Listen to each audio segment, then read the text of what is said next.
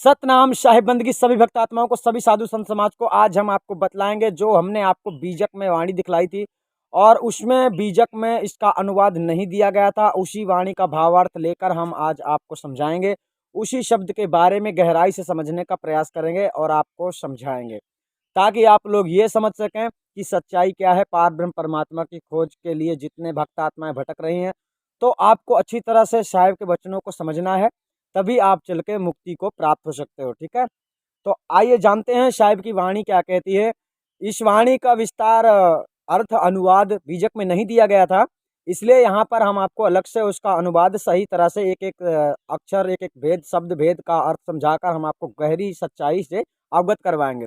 कहने का तात्पर्य यह है कि जो बीजक वाणी में आपने देखा था उसको हम अलग से आपको समझा इसलिए रहे हैं क्योंकि बीजक में उसका अनुवाद नहीं किया गया है। तो यहाँ पर आपको बतलाना चाहते हैं कि वाणी क्या कहती है। संतो वह धर सभी से न्यारा, जहाँ पूरन पुरुष हमारा, जहाँ पूरन पुरुष हमारा।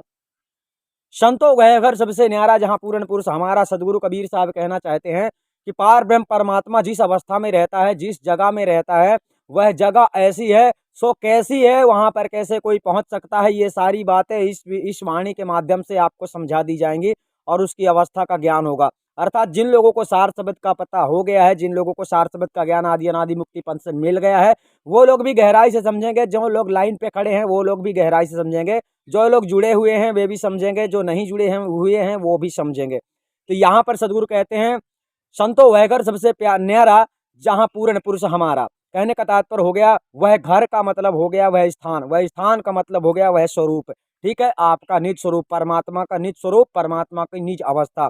अब मान लो इसको सीधे सीधे घर समझते हैं सदगुरु, वहां तुम्हें जाने के लिए कह रहे हैं क्योंकि मोक्ष की प्राप्ति तभी होती है जब आप परमात्मा सत्ता की स्थिति को धारण कर लेते हैं। तो आइए चलते हैं, सदगुरु आगे क्या कहना चाहते हैं कि जहां न दुख सुख साच झूठे नहीं, पापे न पुण्य पसारा। जहां पहुंचने के बाद ना तो दुख होता है, अर्थात वहां दुख सुख का व्यवहार नहीं है। जैसे संसार में दुख और सुख शरीर से लगा ही रहता है, इस प्रकार वहां दुख सुख नहीं होता है किसी को, मतलब परिवर्तनशील वो स्थान नहीं है। ठीक है ना, वहां ना तो दुख होता है ना ही सुख होता है, और ना ही वहां सत्य बोलने का नियम है, ना ही वहां पर झूठ बोलने, ना ही वहां पर कोई झूठ बोलता है। कहने का तात्पर्य है वहां पर ये सब नहीं होता है। ठीक है, जैसे कि सत्य बोलने का जो सत्य मार्ग पे संसारी लोग चल रहे हैं, जिन लोगों को भक्तों को सत्य मार्ग पर चलने की शिक्षा दी गई है, वो है इस संसार से छूटने के लिए। ठीक है ना, लेकिन वहां पर ये चीजें नहीं है, यानी वहां पहुंचने की उस अवस्था में जब आप पहुंच जाते हो तो ये बातें आपके अंदर से बिल्कुल खत्म हो जाती हैं। ठीक है, यह सब संसार के लिए। तो साहब ने कहा जहां न सुख दुख साँच झूठ नहीं, पाप न पुण्य पसारा। पाप न पुण्य का मतलब होता है वहां पर ऐसा कोई कर्म विधान ही नहीं है कि आप पाप करोगे तो उसका परिणाम क्या होगा और पुण्य करोगे तो उसका फल क्या तुम्हें मिलेगा। अर्थात उसी संसार में जो है आप पाप करते हैं तो उसका परिणाम अलग मिलता है, पुण्य करते हैं तो उसका परिणाम भी अलग मिलता है। ये संसारी नियम है, लेकिन वहां पर ऐसा कोई भी नियम नहीं है। आगे सदगुरु कहना चाहते हैं ना दिन रैन सूर्य नहीं चंदा, ना दिन रैन चंद्र ना सूरज, बिना ज्योति उजियारा। सदगुरु ने कहा वहां पर ना तो दिन होता है ना ही वहां पर रात्रि होती है, अर्थात ना तो वहां पर सूरज है और ना ही वहां पर चंद्रमा है, और बिना ही ज्योति के वहां पर उजियारा हमेशा रहता है। अब ये कौन सा उजियारा है, यहाँ भी आपको समझना होता है। जब मनुष्य ज्ञान रूपी दीपक, जिसके अंदर जिसके घट में ज्ञान रूपी दीपक जाग जाता है, यही यही हंस आत्मा का प्रकाश है। ठीक है, प्रकाश। अब यहाँ पर सदगुरु ने यही बताया बिना ज्योति उजियारा। अब सदगुरु के मार्ग में बहुत लोग ऐसे हैं जो ज्ञान कराते हैं और ध्यान करने को बोलते हैं और उनको ज्योति के दर्शन हो जाते हैं तो उन्हें ऐसा लगता है कि हमें पार ब्रह्म स्वरूप का दर्शन हो गया है। सो यहाँ पर गलत है। सदगुरु यहाँ पर अपनी वाणी के अनुसार बिल्कुल उसे स्पष्ट रूप से मना कर रहे हैं कि ये सब वहाँ बिल्कुल भी नहीं है। जो परमात्मा सत्ता में स्थिति में जाना चाहता है, पहुँचना चाहता है, जो लोग सार शब्द को पा चुके हैं, प्राप्त कर चुके हैं, वो लोग, उन लोगों को बहुत गहराई से विचार करना है। और जिन लोगों ने नहीं प्राप्त किया है, अभी संस्था में जुड़े भी नहीं है, वे लोग अच्छी तरह से गहराई से इस वाणी को पहले समझेंगे। वाणी कहती है ना तहाँ ज्ञान ध्यान, ना जपि तपि वेद है नहीं बानी, करनी भरनी रहनी गहनी, ये सब वहाँ है रानी। सदगुरु ने इस शब्द में क्या कहा? जहां न ज्ञान ध्यान ना जप तप। जहां ना ही कोई ज्ञान है, अर्थात वहां कोई द्वितीय दूसरा कुछ है ही नहीं। तो यहाँ पर सदगुरु कहना चाहते हैं जहां ज्ञान, वहां ना तो ज्ञान देने वाला कोई है तुमको कि तुमको कोई समझा देगा। जहां न ज्ञान और जहां ध्यान भी नहीं है, ना वहां जप तप करने की कोई विधि विधान होते हैं, अर्थात वहां कोई दूसरा होता ही नहीं है। तो भला ये तो सब सवाल गलत ही है। तो सदगुरु ने पहले ही बता दिया, जहां न ज्ञान ध्यान ना जप तप, वेद अहै नहीं वाणी। यानी वहां पर साहिब की वाणियां जितनी हैं या फिर संसार में जितनी वाणियां बोली जाती हैं, वहां ये सब पढ़ने की नहीं मिलती हैं और ना ही वहां पढ़ा जा सकता है, क्योंकि वहां की अवस्था ही अलग हो जाती है। जहां न ज्ञान ध्यान ना जप तप। अब यहाँ पर से आपको समझ लेना है कि जो लोग उस शब्द गुरु की बात करते हैं और शब्द गुरु की बात करके आप लोगों को भ्रमित कर देते हैं, अगर वो शब्द गुरु ही तुम्हारा गुरु है तो वो शब्द गुरु इसका मतलब हो जाता है वो आपका गुरु है, आप उसके चेले हैं। तो आप जब परमात्मा की स्थिति में जाएंगे, आप जब परमात्मा के देश में जाएंगे तो गुरु आपको शिक्षा देगा, गुरु आपको ज्ञान देगा कि आप बैठो यहाँ पर इस तरह से रहो, इस तरह से ना रहो। यानी शब्द गुरु की जो लोग बात करते हैं, मतलब कि शब्द गुरु अगर तुम्हारा है तो शब्द गुरु आपको शिक्षा देगा। इसका मतलब हो जाता है कि आप लोगों से गलत बताया जा रहा है। सदगुरु यहाँ पर क्या कहना चाहते हैं? करनी धरनी रहनी गहनी वह सब वहाँ हैरानी। करनी धरनी जो जो संसार के नियम, संसार में रीति रिवाज बनाए गए हैं, कर्म के अधीन मनुष्य रहता है, कर्म के अधीन ही मनुष्य फल को प्राप्त होता है, यानी मनुष्य को फल की प्राप्ति होती है। तो जिस प्रकार से करनी धरनी रहनी गहनी, यानी आप जो कर्म करते हैं उसी प्रकार का फल वहाँ पर यहाँ पर मिलता है। तो इसी प्रकार से सदगुरु ने यहाँ पर समझाया है कि करनी धरनी रहनी गहनी यह सब वहाँ हैरानी। वहाँ कैसे रहा जाता है, वहाँ का नियम क्या है, वहाँ का संविधान क्या है, ये बिल्कुल भी वहाँ बिल्कुल नहीं चलता है, क्योंकि साहिब आगे आपको सब कुछ समझा देंगे। यानी जो लोग ध्यान करते हैं तो समझ लेना चाहिए कि आप लोग ध्यान करके परमात्मा सत्ता को खोजना चाहते हैं। तो अगर आप मान लीजिए ध्यान करके खोजना चाहते हैं, अगर आप जीते जी परमात्मा को नहीं खोज पाए, परमात्मा को नहीं समझ पाए, परमात्मा को नहीं पहचान पाए, तो मरने के बाद में आप कैसे ध्यान करके उसे प्राप्त कर सकोगे?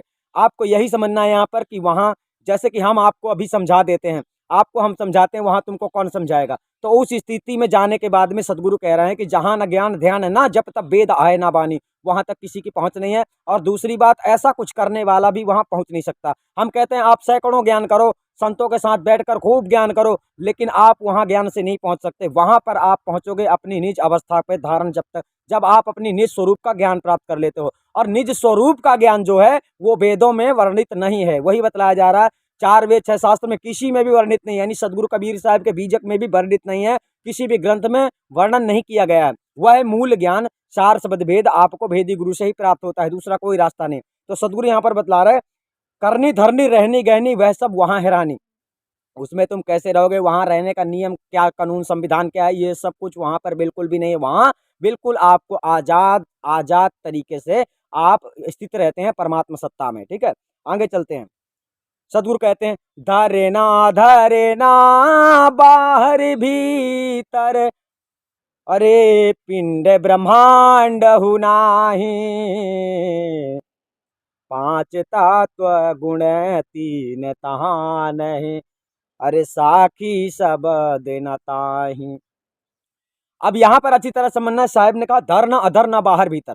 जब आप उस अवस्था में पहुंच जाते हैं तो आपको यह नहीं समझ में आएगा, यानी उस अवस्था में पहुंचने के बाद, यानी परमात्मा सत्ता की बात आ रही है कि जैसे यहाँ पे जो आप सृष्टि देख रहे हैं, इसमें धर अधर है। धर का मतलब होता है जिसमें आप खड़े हो, धरती, इसमें आप खड़े हुए हो, ये धरती। अधर का मतलब होता है बीच का स्थान, अर्थात जैसे कि इस प्रकार से ये अधर का स्थान होता है, ना ऊपर ना नीचे। ठीक है ना? तो यहाँ पर वो उस जगह पर परमात्मा सत्ता के स्थान पर, वहां पर ऐसा भी कोई स्थान नहीं है, तुम्हें ऐसा भी नहीं पता चलेगा कि मैं किसी के बल पे खड़ा हुआ हूँ।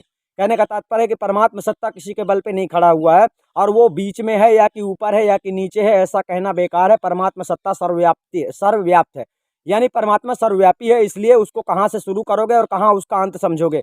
इसलिए सदगुरु कह रहे धर ना अधर ना बाहर भीतर, अर्थात वो कह रहे कि अगर बाहर तुम समझते हो तो मैं बाहर भी नहीं हूँ, और अंदर तुम समझते हो ना अंदर, मैं अंदर भी नहीं हूँ। इसका मतलब है परमात्मा सत्ता में ज्वाइंट नहीं है किसी भी प्रकार से, परमात्मा सत्ता का ज्वाइंट किसी में नहीं है, इसलिए सबसे अलग सबसे न्यारा बतलाया गया है सदगुरु। ठीक है, नहीं पार ब्रह्म परमात्मा। तो यहाँ पर बतलाया गया है अधर ना बाहर भीतर, पिंड ब्रह्मांडो नाही।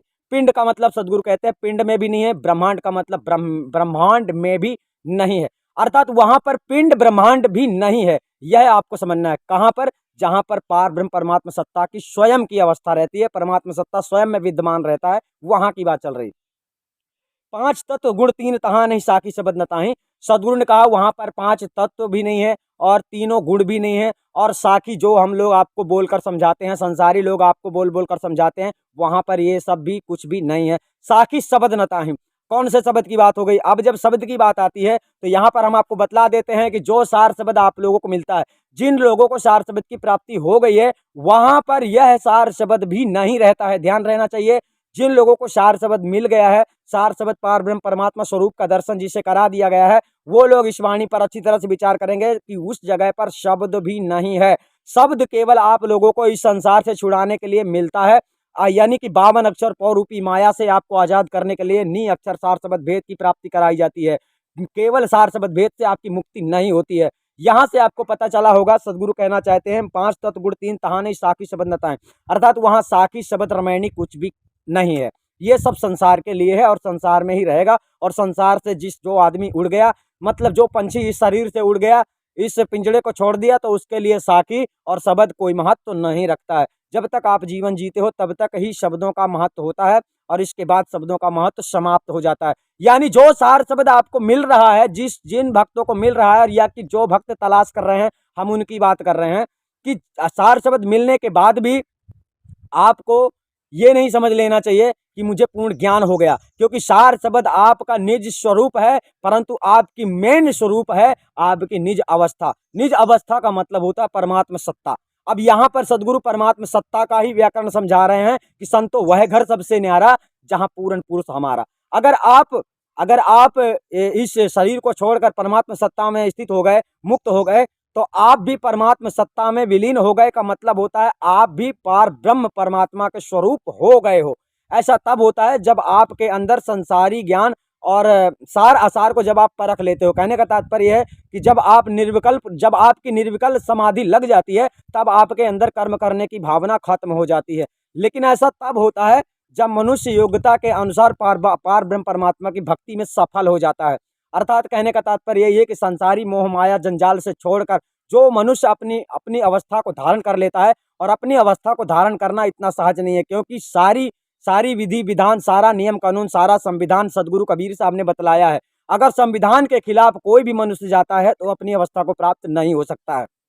अब यहाँ पर आगे बतलाया जा रहा है पांच तत्व गुण तीन तहा नहीं साखी शब्द न ताहि। आप लोग समझ गए होंगे कि ये साखी शब्द संबंध जितने भी हैं, आप जब मानव शरीर में रहते हैं और भक्ति करते हैं, उन्हीं के लिए समझने समझाने की बातें इस संसार में रहती है, रहनी गहनी संभाल के चलने की।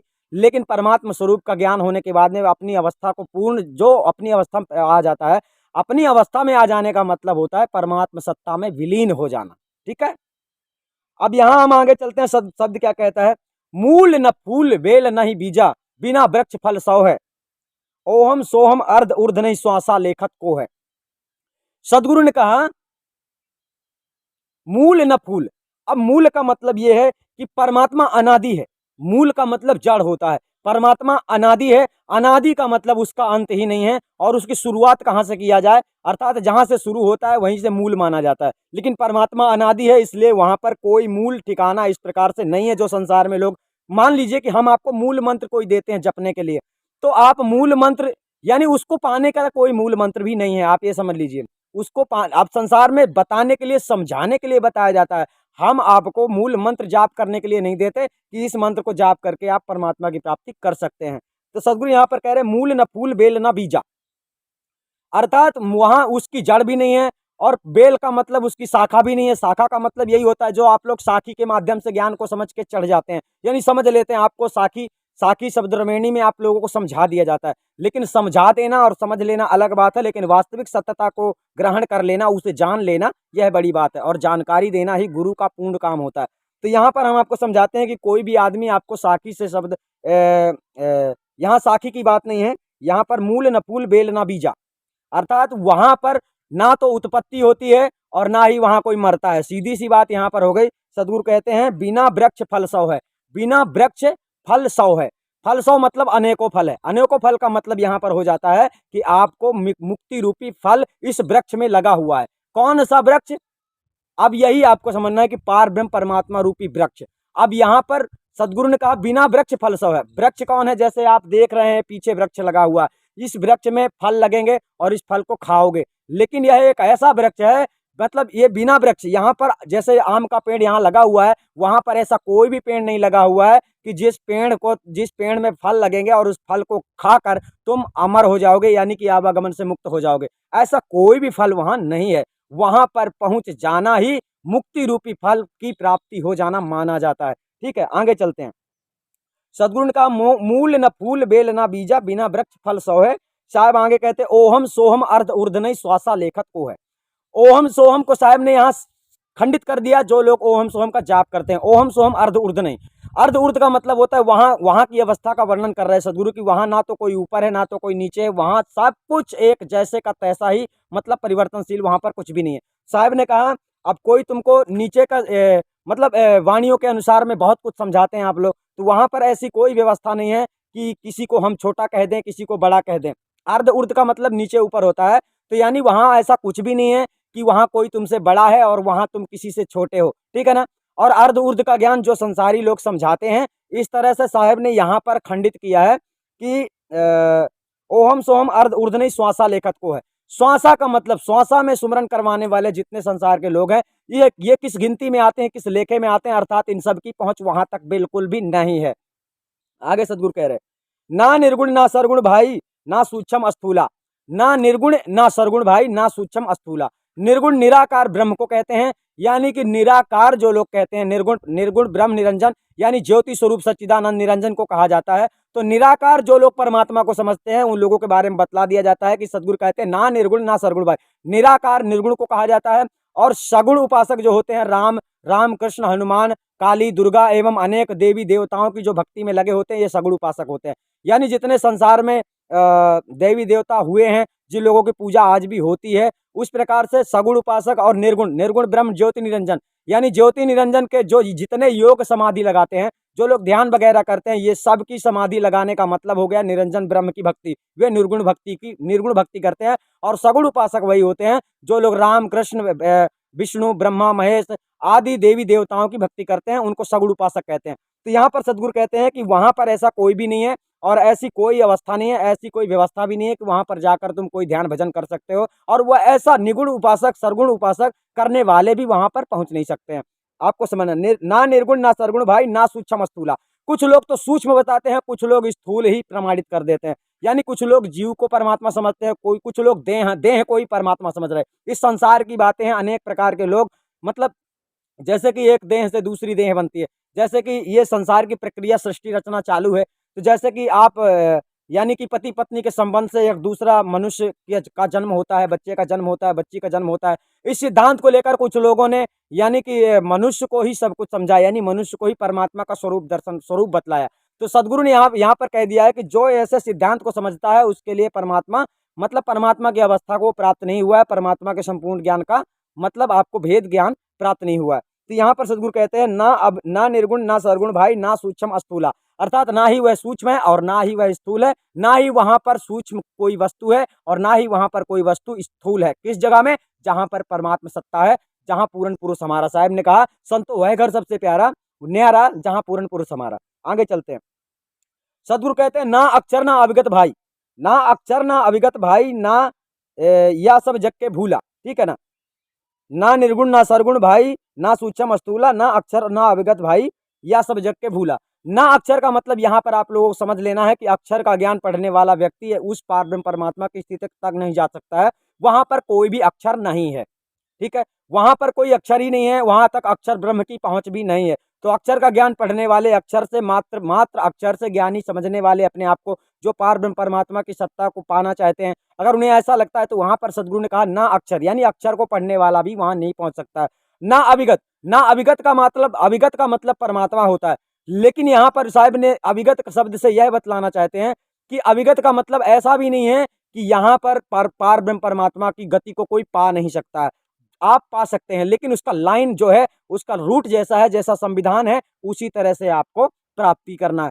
तो ना अक्षर ना अविगत भाई या सब जग के भूला, सदगुरु ने कह दिया। जैसे कि बहुत लोग आप लोगों को कहते होंगे कि परमात्मा को पाना बड़ा दुर्लभ है और परमात्मा जिसको चाहेगा उसी को मिलेगा, अनेक प्रकार से यानी आप लोगों को संकट में डाल देते हैं।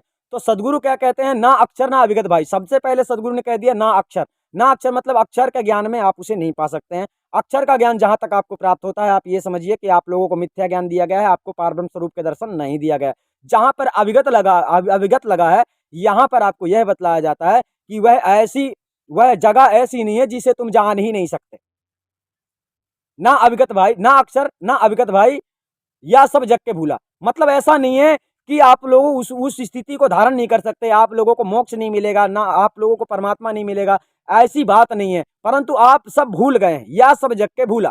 आप लोग सब भूल गए हैं और आप भूलने के कारण ही भटक रहे हैं। तो आप लोगों के अंदर जब तक भ्रम रहेगा, जब तक भूल रहेगा, जब तक आप लोग सत्य को स्वीकार नहीं करेंगे, जब तक आप सदगुरु के वचनों पे चलेंगे नहीं, जब तक आप लोग सदगुरु पे लगन नहीं लगाएंगे, प्रीत नहीं लगाएंगे, सच्ची भक्ति नहीं जगाएंगे अपने अंदर, तब तक आप लोगों को भूल बंधन नहीं जाएगा। और भूल क्या है, सबसे बड़ी बात, आप लोगों को नी अक्षर भेद की प्राप्ति नहीं होती है, ये सबसे बड़ी बात है। और नी अक्षर भेद की प्राप्ति आपको भेदी गुरु के बिना मिल नहीं सकता है। तो सदगुरु यहाँ पर कहते हैं या सब जग के भूला। फिर सदगुरु कह रहे जहवा पुरुष तहां कछु नाही, कहें कबीर हम जाना। अब सीधे सीधे शब्दों में यहाँ पर समझ लो कि जहां पुरुष तहां कछु नाही, कहें कबीर हम जाना। अब यहां पर आपको समझना है कि जो परमात्मा सत्ता, जिस स्थान में आप जाना चाहते हैं, जिस स्थान को आप प्राप्त करना चाहते हैं, वह तुम स्वयं हो। अब तुम स्वयं का मतलब कौन हो, अभी आप शरीर में विद्यमान हो, इसलिए अज्ञानी जीव की तरह भटक रहे हो, माया में उलझ जाते हो। आपको ऐसा लगता है ये संसार में, मतलब कि माया मोह में उलझा हुआ व्यक्ति सदगुरु की भक्ति की ओर नहीं जा पाता। लेकिन आप परम सत्ता स्वरूप यानी परमात्मा स्वरूप आप स्वयं ही सिद्धांत, मतलब परमात्मा सत्ता में विलीन हो जाने का मतलब तुम स्वयं परमात्मा की गिनती में आ जाओगे। ऐसा तब होगा जब आप इस शरीर से, इस संसार से छूट जाओगे। और आप छूटोगे तभी जब आप परमात्मा में विलीन हो जाओगे। परमात्मा में विलीन आप तभी होगे जब आप पूरी तरह से निर्विकार हो जाओगे, यानी आप विकारों से परे हो जाओगे। आपके अंदर किसी प्रकार का विकार नहीं रहेगा। जब तक शरीर है तब तक शरीर में विकार हैं, लेकिन जिसके अंदर ज्ञान है तो वह ज्ञान से निर्मल हो जाता है, और ज्ञान से निर्मल होने का मतलब हो जाता है निर्विकार। निर्विकार और निर्विकल्प समाधि आपकी तभी लगती है जब आप सदगुरु के बचाए वचनों को पूरी तरह से स्वीकार कर लेते हैं।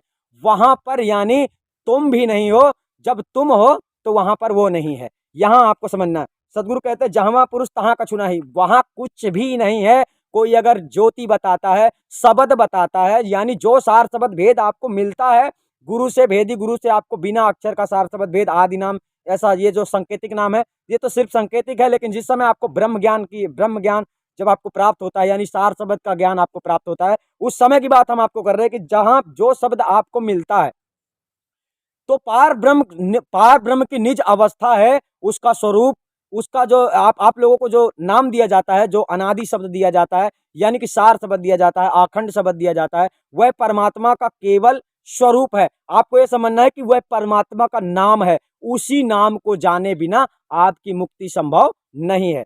तो आपको पहले तो उस नाम को जानना है भेदी गुरु के द्वारा में, ठीक है ना। जब आप भेदी गुरु के द्वारा उस नाम को प्राप्त कर लेते हैं और भेदी गुरु के बताए मार्ग पे आप सतमार्ग पे चल पड़ते हैं, तब आपकी परमात्मा की और आपकी एकता हो जाती है। परमात्मा की आपकी एकता का मतलब वहां पर दो चीजें नहीं होती हैं, वहां एक ही चीज विद्यमान होती है, या तो तुम हो या तो वो है।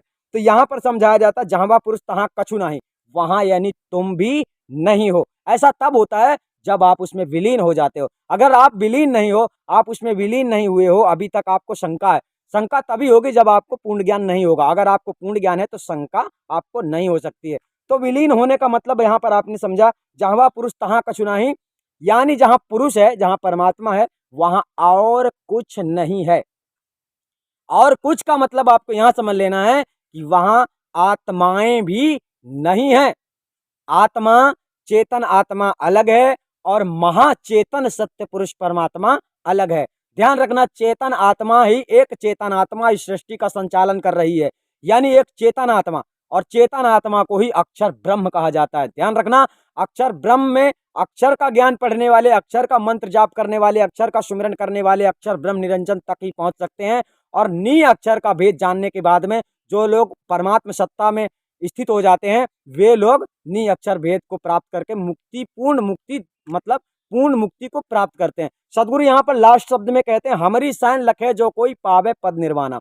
हमरी सैन, अब सदगुरु कहते हैं हमारा सिद्धांत जिस तरह से है, यानी जिस तरह से सदगुरु ने अपने अपने शब्दों में विस्तार किया है, उसी तरह से अगर आप समझ जाओगे, अगर आप उसी तरह से सदगुरु के वचनों को समझोगे, तो आप उसी तरह से परमात्मा सत्ता में विलीन हो जाओगे, यानी आप परमात्मा को प्राप्त कर पाओगे। यानी बड़ा दुर्लभ है इस चीज में, मतलब खरा उतरना। खरा उतरने का मतलब यही है कि आपको हम बताते कुछ और हैं और आप करते कुछ और हैं, तो इस प्रकार में आप उसके काबिलियत नहीं बन पाओगे। हमने तुम्हें स्वरूप का ज्ञान करा भी दिया, फिर भी तुम माया मोह और विषय वासनाओं के अंतर्गत उलझ कर फिर से इस संसार में 84 लाख योनियों में भ्रमित हो जाओगे, यानी ये मनुष्य का तन खो दोगे। तो कहने का तात्पर्य साहब ने कहा, हमरी सैन लखै जो कोई। अब लखने की जो बात आती है, हमरी सैन लखै जो कोई, यानी सदगुरु ने किस प्रकार से वाणी का विस्तार किया है। वाणी में साहब ने तो बोल दिया, अब तुम किस प्रकार से समझते हो, ये तुम्हारा विवेक है, तुम्हारा ज्ञान है। तो अच्छी बात है कि अगर आपको सच्चा सतगुरु मिल जाता है तो आपको वही विधि से समझाता है जिस विधि से सदगुरु कबीर साहब ने आपको अपने आप को ज्ञान देने के लिए उस वाणी का निर्माण किया था। सदगुरु ने जितनी वाणी पर, जितने वचनों में आपको जो भी शिक्षा दी है, उन्होंने एक ही बात कही है और एक ही बात परमात्मा है। मतलब एक परमात्मा, परमात्मा तक आपको ले जाने के लिए सदगुरु ने अनेक धारा, अनेक रास्ता मतलब बतलाए। जैसे सदगुरु की वाणी जो होती है, कोई भी वाणी आप पढ़ोगे तो उन वाणी में आपके अंदर भक्ति भाव प्रकट हो जाएगा। साहिब की वाणियां इस तरह से कुछ होती हैं, ऐसी कोई वाणी नहीं है जिसमें आपके अंदर भक्ति से संबंधित कोई भी वाणी ना हो।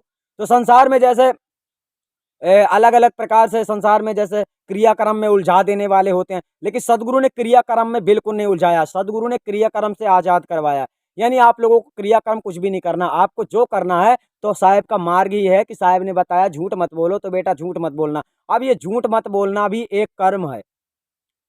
अब ये कर्म इस प्रकार का नहीं है कि आप कर नहीं सकते, आप चाहो तो कर सकते हो, परंतु नहीं कर सकते ये तो आप जानो आप क्यों नहीं कर सकते। तो सदगुरु यहाँ पर कह रहे हमारी शैन लखे जो कोई। सदगुरु ने कई जगहों पर ज्यादा से ज्यादातर आप लोगों को झूठ बोलने का ही वर्जित किया है, क्योंकि साच बराबर तप नहीं, झूठ बराबर पाप। जो व्यक्ति संसार अपने अपने अपने अंदर यानी सत्य को धारण कर लेता है, जिसने ये जान लिया है कि सत्य ही सब कुछ है, सत्य ही परमात्मा है, तो उसे परमात्मा सत्ता तक जाने में कोई नहीं रोक सकता। कहने का तात्पर्य है कि उसे मुक्ति प्राप्त करने के लिए कोई रोक ही नहीं सकता, यानी निरंजन भी उसे चाह कर भी उसे पकड़ नहीं सकता, उसे छू नहीं सकता। कहने का तात्पर्य है कि सत्य ही वो पावर है और सत्य में ही वो पावर होता है जो आदमी किसी को भी परास्त कर सकता है। तो सत्य ही परमात्मा है, सत्य ब्रह्म द्वितीया नास्ति। कहने का मतलब सत्य पुरुष परमात्मा ही एक सत्य है, और सत्य का जो उन्होंने मार्ग दिया है, उस सत्य के मार्ग में तुम्हें स्वीकार कर लेना ही तुम्हारे जीवन का भला है। सदगुरु ने यहाँ पर कहा हमारी शैन लखै जो कोई पावे पद निर्वाणा। तो ये जो लखाने वाली बात होती है, ये आपको भेदी गुरु से ही प्राप्त होती है, ठीक है ना। तो हम तो आपको लखा देते हैं, आपने लखा कि नहीं, आपने उसे जाना कि नहीं, समझा कि नहीं, ये जानना तुम्हारे ऊपर निर्भर है। कहने का तात्पर्य साहब ने जो मूल ज्ञान दिया है, निअक्षर भेद दिया है, वो हम आपको देते हैं और आपको परख कर देते हैं। आपके अंदर वो योग्यता भी लाते हैं जो योग्यता आपके अंदर शायद नहीं है, हम आपको लाएंगे, पूरी कोशिश करेंगे। परंतु आपको हम कहते कुछ और हैं लेकिन आप करते कुछ और हैं, अपना दिमाग आप अलग से लगाते हैं, तो उसमें हमारी कोई गलती नहीं है। इसी को कहते हैं हमारी शाइन लखै जो कोई। यानी हम जो समझाते हैं, हम बिल्कुल मतलब निश्चल, मतलब ऐसा कुछ छुपा नहीं रहे। वाणी में जो भी हमने आपको दर्शाया है, कुछ विशेष बातें मतलब सीधे सीधे बतला दी हैं कि ये सब कुछ गलत है। जैसे ओहम सोहम जो जप रहे, साहब ने यहाँ पर कहा ओहम सोहम अर्धरुद्र नहीं, श्वासा लेखक को है। श्वासा का जाप करने वाले के भी श्वासा किस लेखे में आते हैं, यानी श्वासा का जाप करने वाले भी किस लेखे में आते हैं, वहां श्वास है ही नहीं। कहाँ? जहां परमात्मा है। साहब ने पहली ही कड़ी में कहा संतो वह घर सबसे न्यारा जहां पूर्ण पुरुष हमारा। तो वही बात है कि सदगुरु के वचनों को अच्छी तरह समझने के लिए आपको ज्ञान लखना है। बात यही है कि आपको परमात्मा की वाणियों को अच्छी तरह से लखना है। अगर आप परमात्मा के वाणियों को समझने लगे तो इसका मतलब है कि आप लखने लगे, आप समझ रहे हो। जैसे कोई आदमी आप लोगों को गलत बात बतलाएगा तो आप उसको अच्छी तरह समझ लेंगे कि यही हमें गलत रास्ता दे रहा है। और पहली बात तो ये होती है कि सदगुरु जब तक आपको नहीं मिलता, जब तक आपको सच्चा गुरु नहीं मिलता है, तब तक आपको भ्रमित करने वाले संसार में बहुत पड़े हैं। लेकिन आदि अनादि मुक्ति पंथ में अगर आप आ जाते हो तो आदि अनादि मुक्ति पंथ का सत्संग चैनल आप देखते हो, आपको कभी भी यहाँ पर गलत शिक्षा नहीं दी जाती है। यह जरूरी नहीं है कि आप संस्था में जुड़ो, ज्ञान लो, भक्ति करो, यह आवश्यक नहीं है। परंतु हाँ, तुम इस जगह में जब रहोगे तो इस जगह में आप लोगों को गलत शिक्षा नहीं दी जाएगी। कहने का तात्पर्य यह है कि हमारी बिल्कुल आशा ये नहीं है कि आप लोग जुड़ो और भक्ति, क्योंकि भक्ति करने वाला जो मनुष्य जन्म लेता है वह केवल भक्ति को ही महत्व देता है, अपने जीवन को वो महत्व नहीं देता है। वह आदमी जो भक्ति करने के लिए इस संसार में पैदा हुआ है। लेकिन जो लोग इस संसार में काल के दूत इतने हैं कि क्या बताया जाए, जो आकर केवल तर्क वितर्क ही करते हैं, ज्ञान की तो बात ही नहीं करते हैं, और उनके पास शैली भाव कुछ भी नहीं होता है कि हमें संतों से बात कैसा करना चाहिए, यानी तमीज भी नहीं रहती है। तो कहने का तात्पर्य यही है कि आप लोगों को ये समझना है कि जो परमात्मा सत्ता है वहाँ और दूसरा कुछ भी नहीं है। वहाँ जप तप योग करके कुछ भी नहीं कर सकते। हम जो आपको सार शब्द दे रहे हैं ना, उसे प्राप्त करके उसे जपने से भी आपको मुक्ति नहीं मिलने वाली है। आपको मुक्ति प्राप्त करने के लिए दोनों भेद की पूर्ण आवश्यकता होती है। दूसरा भेद आपको तभी मिलता है जब आप पूर्ण काबिलियत हो जाते हैं। ठीक है, आपके विश्वास के लिए कहीं ज्ञान झूठा तो नहीं है, साहब ने कहीं झूठी बात तो नहीं कही। इस विश्वास को देने के लिए, विश्वास को मतलब मजबूत करने के लिए हम आपको सार शब्द देते हैं। लेकिन सार शब्द कोई ऐसी वस्तु नहीं है जिससे आपको मुक्ति हो जाती है, पूर्ण मुक्ति। ठीक है, साहिब का संविधान है, 3 प्रकार के ताले लगे हुए हैं। हमने आपको वाणी में बतलाया था वो तीनों ताले आध्यात्मिक रूप से कैसे खुलते हैं, जब आप साहिब की वाणी में उतर आते हो। उतरने का मतलब सुन लेना और सुन के मान लेना अलग बात है। सुन के मान लेना, समझ लेना, उसे धारण कर लेना, उस वाणी के खिलाफ नहीं जाना, तुम सदगुरु के सच्चे दास और सेवक माने जाते हो। लेकिन इस संसार में तो ऐसे ऐसे लोग हैं, कबीर बीजक को ही काटने का प्रयास कर रहे हैं। कबीर बीजक को दुनिया की हस्ती नहीं काट सकती है। कहने का तात्पर्य कबीर बीजक को कोई भी गलत सिद्ध नहीं कर सकता है। गलत सिद्ध करने का मतलब यही है कबीर साहब की ओरिजिनल वाणी।